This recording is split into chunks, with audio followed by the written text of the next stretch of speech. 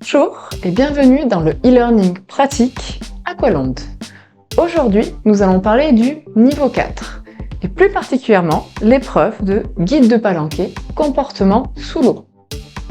Cette épreuve est une plongée d'exploration où le jury joue le rôle de plongeur encadré, dont le niveau s'étend du plongeur débutant au plongeur confirmé.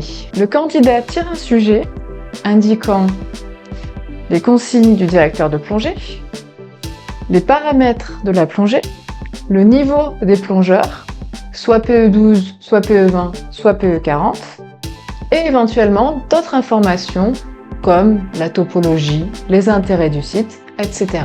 La liste des sujets est élaborée par le jury et elle tient compte des contraintes environnementales comme la profondeur, le relief, la météo, etc. Le candidat dispose de 10 minutes pour préparer son sujet et peut demander éventuellement des informations complémentaires si elles sont du ressort du directeur de plongée. L'épreuve se décompose en deux parties. Une première partie en surface, avec un briefing en amont de l'immersion et un débriefing après l'immersion.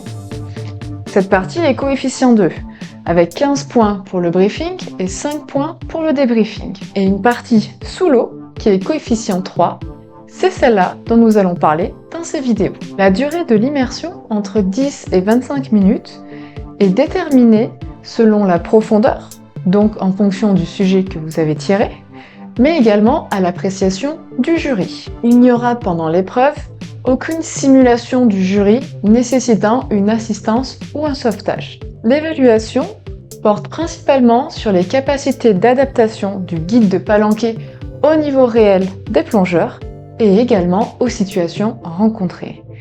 Toute mise en danger est bien sûr éliminatoire. Les critères de réussite découpent l'épreuve guide de palanquet comportement sous l'eau en 8 composantes. La gestion de la descente, la gestion du regroupement au fond, le déroulement de la plongée dans le respect des consignes du DP, l'adaptation aux situations imprévues dans le sens de la sécurité, l'orientation, l'agrémentation de la plongée, l'intervention en fonction du comportement des membres de la palanquée, la gestion de la fin de la plongée et le retour en surface.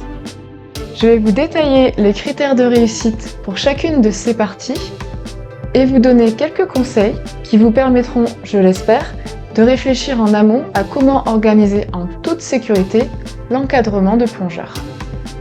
Dans la prochaine vidéo, nous aborderons la première composante de l'épreuve guide de palanquet comportement sous l'eau, à savoir comment gérer la descente.